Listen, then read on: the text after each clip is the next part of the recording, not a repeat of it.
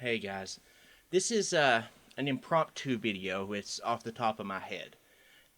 Adam West, TV's Batman, died Friday night in Los Angeles after a brief battle with leukemia. Adam West had a profound influence on my life, and I feel the need to talk about him and the 1960s Batman TV show. So let's talk about Adam West.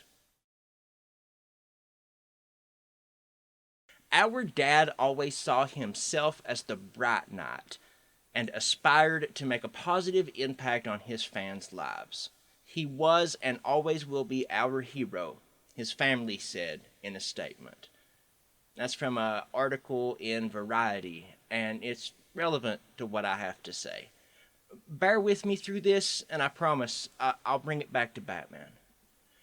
I grew up in the foothills of the Appalachian Mountains. It's a poverty stricken area where people either work in the coal mines or in some job related to the coal mines. Being a coal miner or like a coal truck driver can be a good job and it can pay well, but the market for coal goes up and down for a variety of reasons, most of which are hotly debated. And the majority of people here live below the poverty line. This can also be a somewhat backwards place in a way. The road I lived on wasn't paved until I was 7 or 8 years old. The road was partially paved, but it turned into a dirt road before you got to my parents' house at the time. I still remember putting on shoes so I wouldn't burn my feet on the fresh asphalt while riding my big wheel in front of the house. In a lot of ways, this place, it really is the ass of the free world.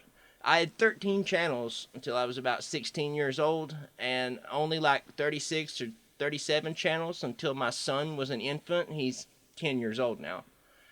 I couldn't even buy broadband until 2006, I think. Might have been 2005. I know my son was a toddler when I finally got off dial up. I called the cable company to get it in like 2000 ish, and they had it, but there was a waiting list, and I never got called back. Even then, it used a dial-up connection for the uploading. Each time the cable company was upgraded, it was the direct result of like the company being bought or merged with another larger company, or at least that's what I've been told. When I was a little kid, the cable company that served us was so small that everybody knew the owner by name. He used like a large satellite dish to get channels and then sent them to us over cable. And when we had a problem, we called his home because we knew his phone number and his wife, you know. Every now and then, his kids would mess with the equipment and we'd get the Disney Channel for a few days until he found it and changed it back. Again, this is only what I was told. I mean, we did get the Disney Channel a few days at a time. But the world before the advent of the internet was full of hearsay and rumors, children. We had a color floor model TV in our living room, and I had a small black and white TV in my bedroom. Every day after school, reruns of the 1960s Batman series would play. My dad would let me watch it on most days. And one day my dad bought a VHS copy of the 1966 Batman movie in like a bargain bin. And that was the first Batman movie that I ever saw. Just to go off topic for a minute, I remember the sound quit on the floor model TV later on when I was a little older. And we took the black and white TV and put it on top of it. And when you changed the channel, you had to change both channels to the same channel so you get picture from one and sound from the other.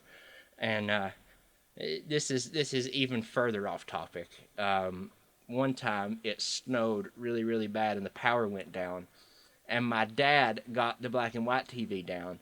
And it took a whole bunch of double, or like D batteries, I think, in the back, the big ones, whatever they're called.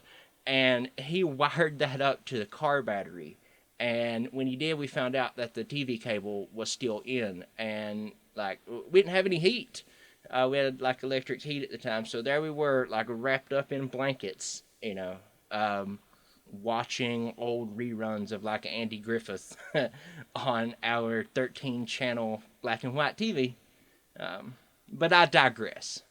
I was never into comics as a kid. We had like a local comic book shop, but we never had the extra money to pay for them. Occasionally, my brother would take a buck or two that he had to spend and buy like a few bargain bin comics at a grocery store checkout, but it was most often the middle of the story. And with our limited funds as a family, we couldn't pick up a book that we liked and start buying it every month.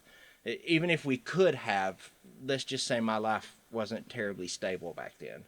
Even right now, traveling to the nearest town is a 45-minute drive from here just to get there. Things have changed, though. We have decent broadband and city water. Everyone here had their own well water until I was a teenager. A coal company started a strip mine nearby, and it sunk all the wells, doing whatever they were doing. And what little water was left wasn't drinkable. But now we have city water, and Amazon Prime brings me just about anything in 2 days flat, even on this one-lane road that curves up a mountain. Seeing the culture clash of a backwards area that's been barely connected to the outside world for so long being flung into the future is interesting.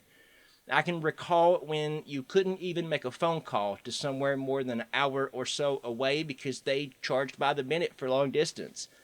Now I get one bar on my Samsung Galaxy S6, and if I don't get too close to any other electronics, that's enough to make a phone call. The progress here has been nothing short of amazing. Through all that time, Adam West has been a cultural phenomenon. When I was a child living in the middle of nowhere, Batman told me that I could go anywhere and that I could do anything, and I believed him. And going back to the Variety article for a moment, it says, the show came to be viewed with some contempt in comic book circles, especially after the darker version of Batman became dominant in the 70s and 80s. I never viewed this show with contempt. It was a bright spot in my childhood when I needed one the most. So thank you, Adam West. You, along with the cast and crew of the show, gave me something to smile about when I needed something to smile about the most. That's all for now, guys.